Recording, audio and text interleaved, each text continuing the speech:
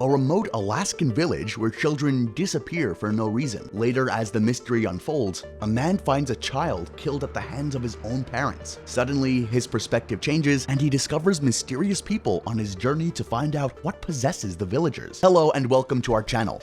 Today we'll review and recap a US thriller and adventure movie, Hold the Dark. Let's get right into the video.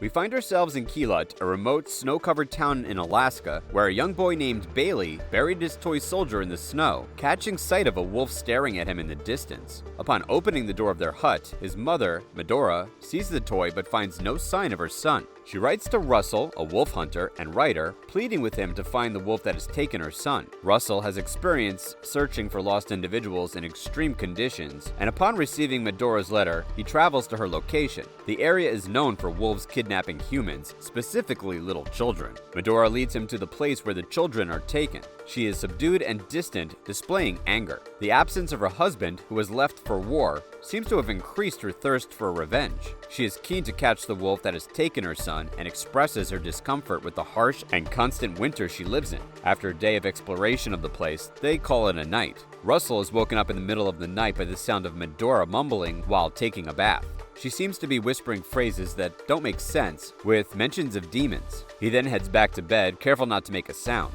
A few minutes later, Medora walks out of the bathroom, entirely unclothed, with a wolf mask covering her face. She walks slowly towards Russell, taking off her wolf mask as she comes closer and lays down next to him. Medora takes his hand and brings it to her neck, squeezing tightly as if wanting to be suffocated. This may depict that the absence of her son affects her so deeply that she's losing the will to live. However, this gesture is a bit unclear, and Russell's astonishment further adds to the mystery. Outside, a man named Cheon watches the hut in silence. We are introduced to Vernon, a well-trained and lethal shooter in combat in Army. His concrete values are the reason he is still hanging on to his sanity, whereas many of his fellow officers have resorted to suspicious acts. However, he has a dark aura about his silent ways of providing justice. During combat, he is scratched in the neck, narrowly missing a life-threatening injury. He is dismissed and sent home to recover, with thoughts of his beloved son to keep him company. Meanwhile, Russell sets out on his hunt to find the wolf that took Bailey. On his way, he encounters one of the town residents, a woman who warns him about the dark nature of Medora. She warns him about the danger he is outing himself in and tells him to turn back to where he came from.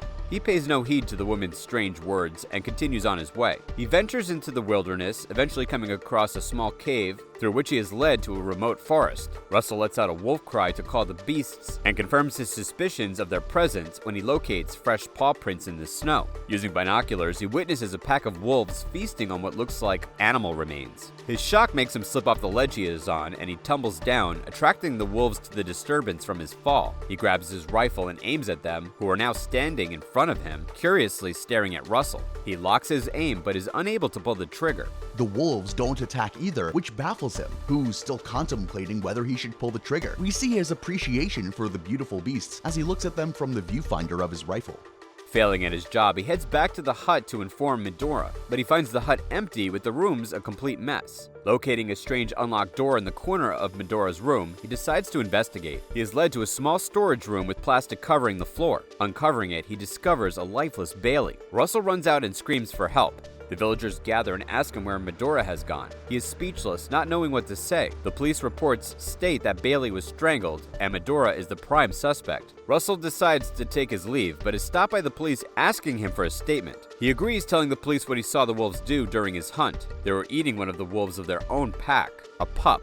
Russell then moves to a motel, still trying to recover from the trauma. The scene cuts to a conversation between Vernon and Bailey, talking about a deer that Bailey has put down. Vernon confronts his son before he leaves for war. He is thinking about the conversation as he steps out of the airport back to his hometown. Driving straight to the police station with Cheon, Vernon and Russell come face to face, present for further investigation by the police. Vernon asks to see his son. He gently caresses his son's cold face, tears dripping onto Bailey's lifeless face. At this point, Vernon takes on the role of protagonist, acting legally against anyone who might stand in his way on his mission to find Medora. The police assure him of the thorough investigation underway to search for Medora. Russell and Vernon exchange handshakes, after which Russell drives off. Vernon, overcome with rage and the need for revenge, puts an end to the lives of the two presumably friends who accompanied him to the station. He buries his son, painting a symbol on the coffin with his own blood. He prepares to find Medora, taking notes from police reports about where she was last sighted. At the motel, Russell calls the University of Alaska, where his daughter works. He's looking for comfort and asks his daughter to call him. Russell is no stranger to the regret a father experiences, having missed out on the childhood of his daughter. He wishes to reconnect with her, holding himself accountable for the times he wasn't there for his daughter when she needed him.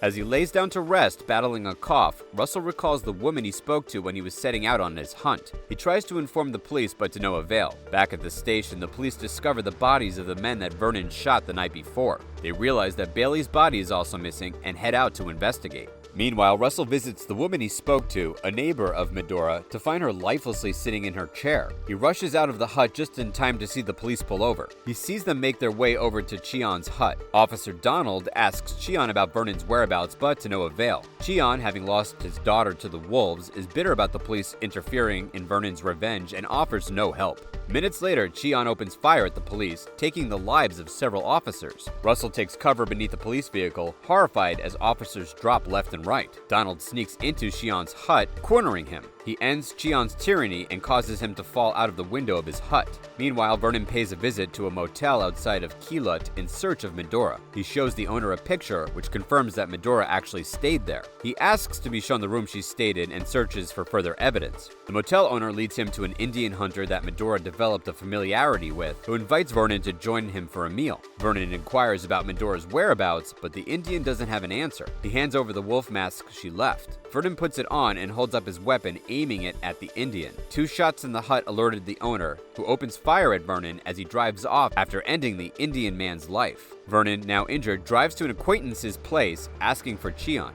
He is told that Cheon is dead. In the meantime, Donald and Russell converse over dinner about the day's unfortunate events. He tells Donald about the darkness he noticed in Medora, realizing that she wrote to him to make him a witness to her story. He remembers the hot springs Medora mentioned when she was showing him around the town and decides to check it out with the police. Vernon's location is given to the police by his acquaintance. Vernon sticks a blade in his skull, adding another kill to his list. Russell travels by plane with the police to reach the location Medora mentioned. He locates smoke coming from trees from their position in the air and asks the pilot to land on the ice nearby. They continue on foot, and Russell puts his experience in the wilderness to use. He locates 2 sets of fresh human footprints in the snow. While looking around through his binoculars, a loose arrow stabs the snow next to his feet. The arrow has punctured Donald's neck fatally, who drops down, choking on his blood. Russell drags Donald for cover and frantically searches for the source of the arrow. He locates the opening of the cave leading to the springs and finds Medora inside. While he talks to a very scared Medora, Vernon comes up from behind him and shoots an arrow straight into Russell's chest. He slowly walks towards Medora and pulls her into an aggressive embrace. Russell, surprisingly still in his senses, is astonished at what he's witnessing. The next morning, Vernon pulls out the arrow from Russell's chest. The weapon seems to have missed all vital organs, hence saving Russell's life. He warns Vernon that he is being tracked down. Medora makes Russell comfortable and asks him if he understands now. He is speechless about the situation. Once the two leave, Russell drags himself out into the snow, unable to go any further because of his injury. He is spotted by some Keelut residents who take him on their snowmobiles to get medical help.